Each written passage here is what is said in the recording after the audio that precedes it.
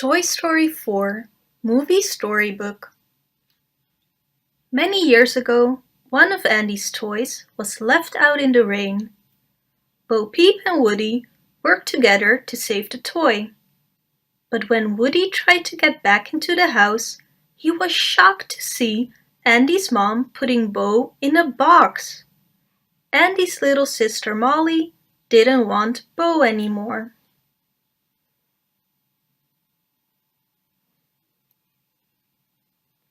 Woody tried to convince Bo to stay with him and the other toys, but her mind was made up. "It's time for the next kid," she said. Bo wanted Woody to come with her, but at that moment he heard Andy calling for him. Woody knew he couldn't leave his kid, so the two toys said goodbye. Sometime later, Andy outgrew his toys and gave them to an imaginative little girl named Bonnie. Bonnie took Woody, Buzz, and their friends on lots of new and exciting adventures. But Woody eventually found himself being played with less and less. One morning, Woody heard Bonnie's dad say it was almost time to leave for kindergarten orientation. Bonnie was nervous, so Woody jumped into her backpack to keep an eye on her.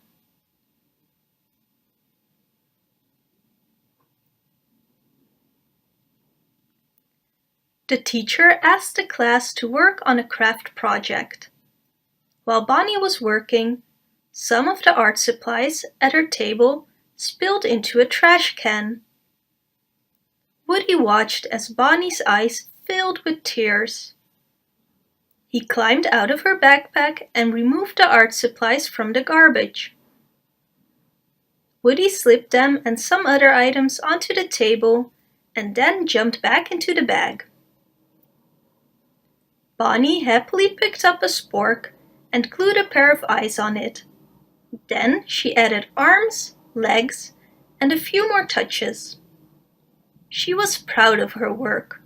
She named the spork Forky. Bonnie put Forky into her backpack. To Woody's surprise, the googly-eyed art project came to life.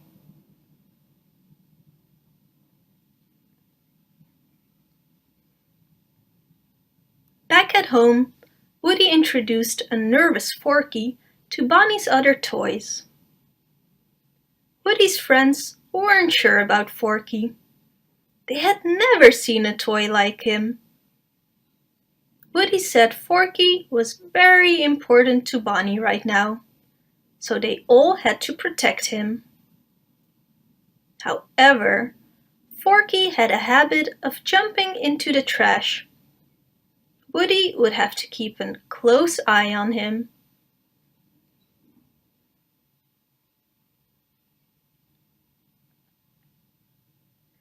Since kindergarten didn't start for another week, Bonnie's family decided to take a road trip. Woody, Forky, and the other toys were packed up and loaded into an RV. At every stop, Forky tried to climb into the trash. Woody spent all his time chasing Forky and dragging him back to the RV. By the end of the day, Woody was exhausted.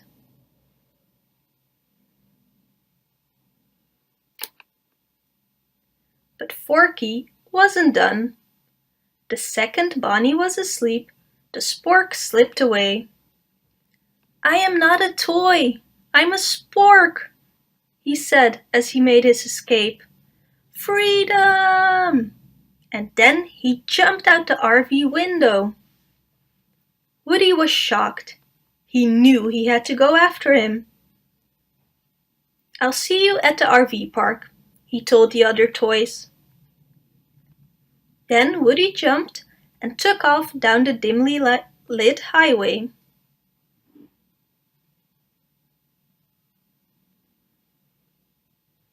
The cowboy soon found Forky. As he dragged the spork toward the RV park, He tried to get Forky to understand how important he was to Bonnie.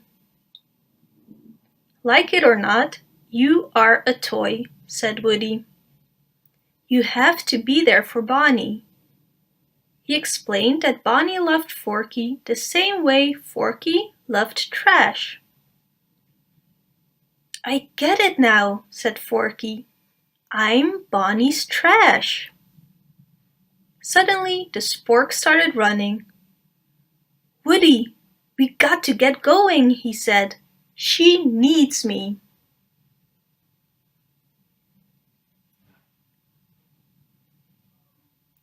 As Woody and Forky neared the RV park, they passed the Second Chance antique store, where something caught Woody's eye.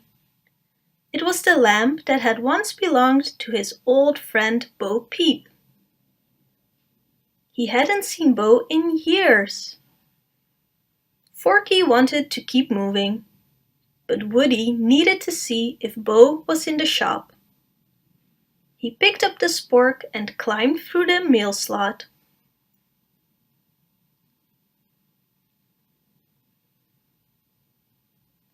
Woody found no sign of Bo or her sheep in the shop.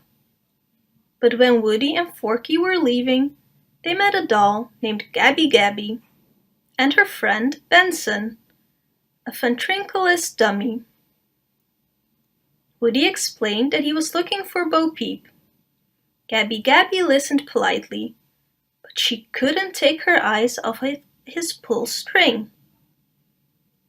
It looked exactly like hers. Gabby Gabby agreed to help Woody find Bo Peep. "We'll take you to her," she said.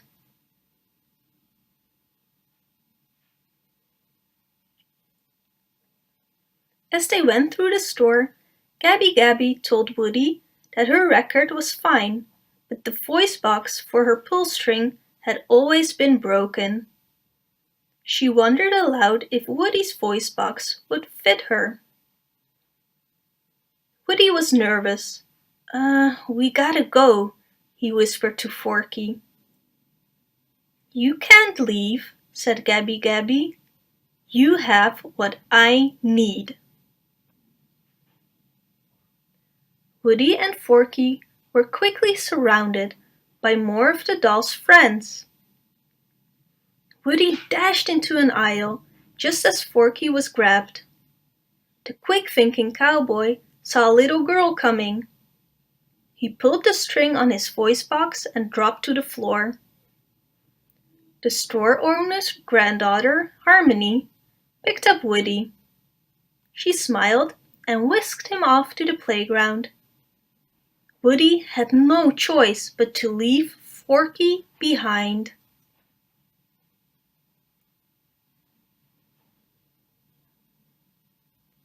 At the playground, Woody tried to sneak off to rescue Forky, but before he could get away, a bus full of campers arrived.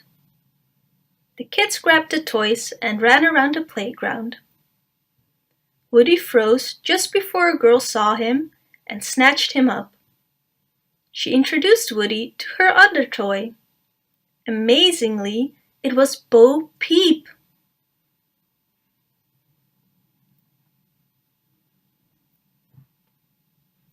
When the girl wasn't looking, the two friends ran for cover behind some bushes.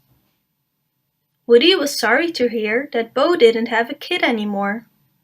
She was a lost toy now, but she said she loved it. As they caught up, Bo's skunkmobile appeared, driven by her loyal sheep Billy, Goat, and Gruff. Bo introduced Woody to a tiny pet detective named Giggle McDimples.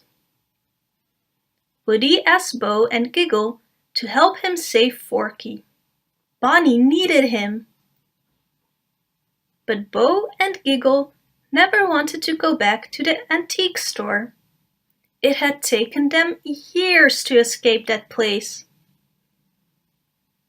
Woody reminded Bo of Molly, the girl who had loved her for so many years. Finally, Bo was convinced.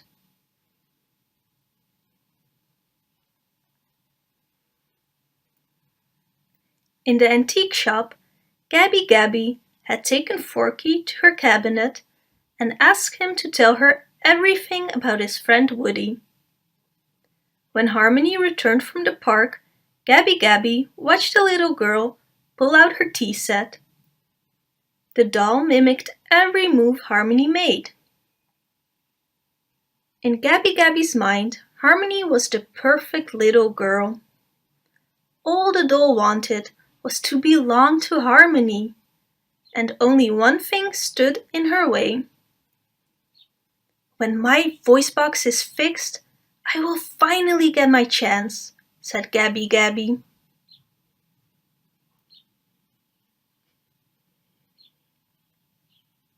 That morning, Buzz had left the RV in search of Woody and Forky, but a carnival game booth operator found him instead.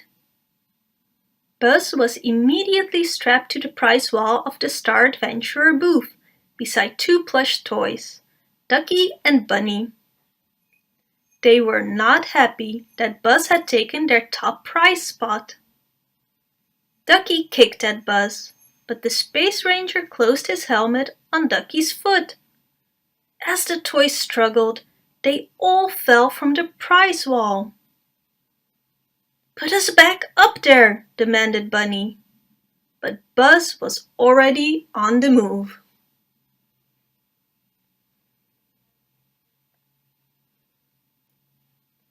Bo led the toys through the carnival toward the antique store. On the roof, Bo and the toys met up with Buzz, who was followed closely by Ducky and Bunny. Bo and Woody explained their mission, and everyone agreed to work together to save Forky. "Okay guys, playtime is over," said Bo. Crouching by an opening on the roof of the store, "You have to follow my lead." Back at the RV, the toys realized that Bonnie's dad was about to start driving away. They had to stop him. They couldn't leave Woody, Buzz, and Forky behind. Pop went a tire. "We're not going anywhere," Jessie told her friends, holding up a nail. "If you get my point."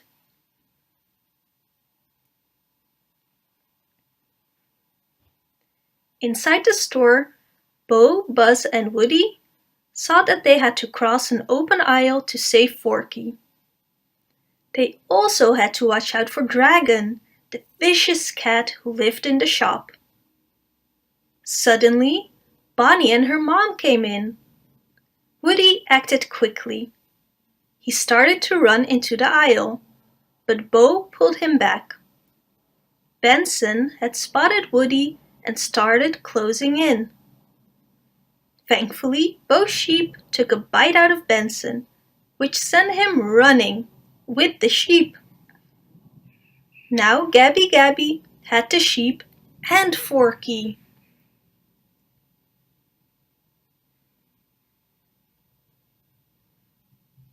Bo had another plan. She went looking for a toy named Duke Kaboom. He was Canada's greatest stuntman. When they found him, Bo explained that Forky and her sheep were being held by Gabby. To rescue them, she needed the daredevil to jump over the aisle to Gabby's cabinet. But Duke hadn't attempted a jump in years. "No," said Duke. "Nuh-uh, negative."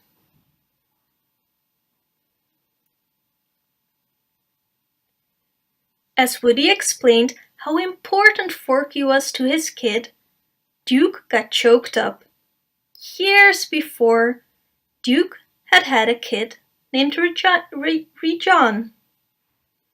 But the stuntman hadn't been able to jump like the toy in the TV commercial, so Rejon had given him away. "Forget your commercial," said Bo. "Be the Duke you are right now, the one who jumps and crashes." Duke finally agreed to help. While the toys prepared for Duke's jump, Woody praised Bo. "You've handled this lost toy life better than I could," he said.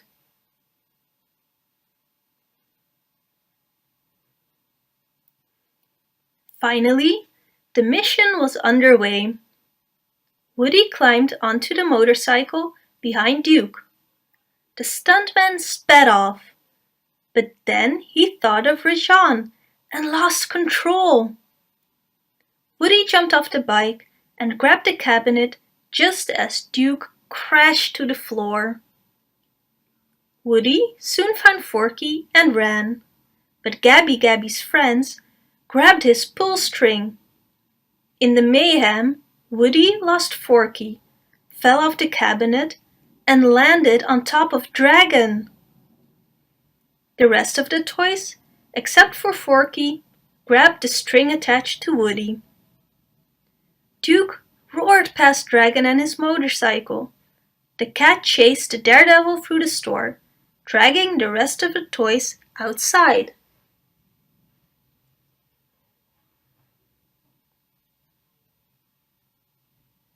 Woody wanted to go back for Forky, but no one wanted to go with him. "Open your eyes, Woody," said Bo. "There's plenty of kids out there. It can't just be about the one you're still clinging to." "It's called loyalty," snapped Woody. "Something a lost toy wouldn't understand." Bo left for the carnival, while Buzz returned to the RV. Once again, Woody was on his own. When Woody went back to the antique store, he thought he'd have to fight for Forky, but Gabby just wanted to talk. "I was defective right out of the box," she said. She could only imagine how wonderful it was for Woody to have spent so much time with Andy and Bonnie. Woody and Gabby reached an agreement. Woody would give Gabby his voice box, and in return, she would let Forky go.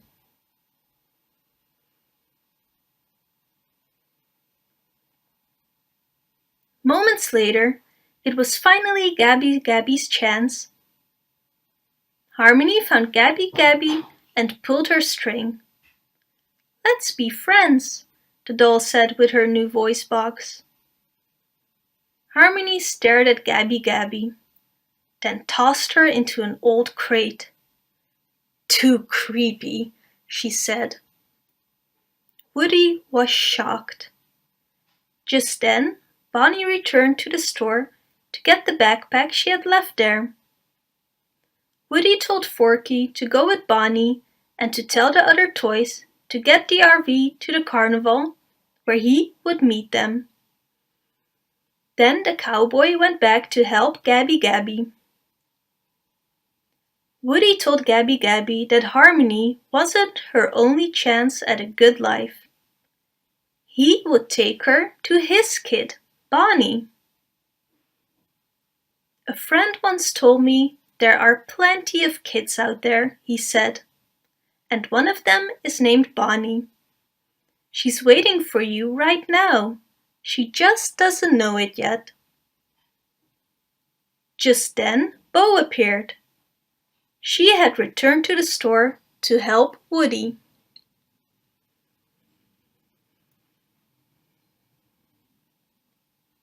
Woody and Bo caught up with the rest of the toys, but they needed to find a quick way to get to the RV on the other side of the carnival. Bo and Woody convinced Duke that he could jump from the Ferris wheel to the Star Adventurer booth. "I can do this," he said. "Yes, you Canada," replied Woody. Seconds later, Canada's greatest stuntman flew through the air and landed on the roof of the booth. The rest of the toys quickly followed on a zip line.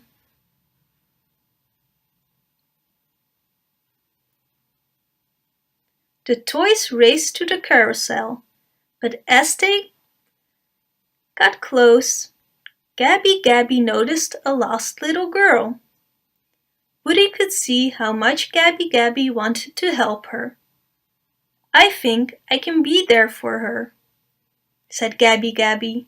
"This is my chance." The toys devised a new plan to get the girl to notice the doll. "I'm Gabby. Will you be my friend?" she said in her recorded voice. The girl picked up Gabby and hugged her tight. "Are you lost too?" she asked. "I'll help you." Just then, a security guard came along and reunited the girl with her parents. Gabby finally got her kid.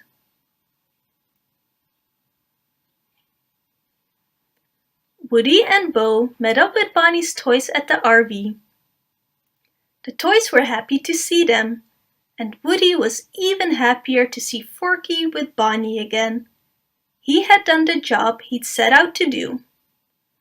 Woody realized that there were other kids and toys all over who needed his help, and wherever he went, he would always have his friends by his side. If you like this video, please leave a comment and don't forget to subscribe.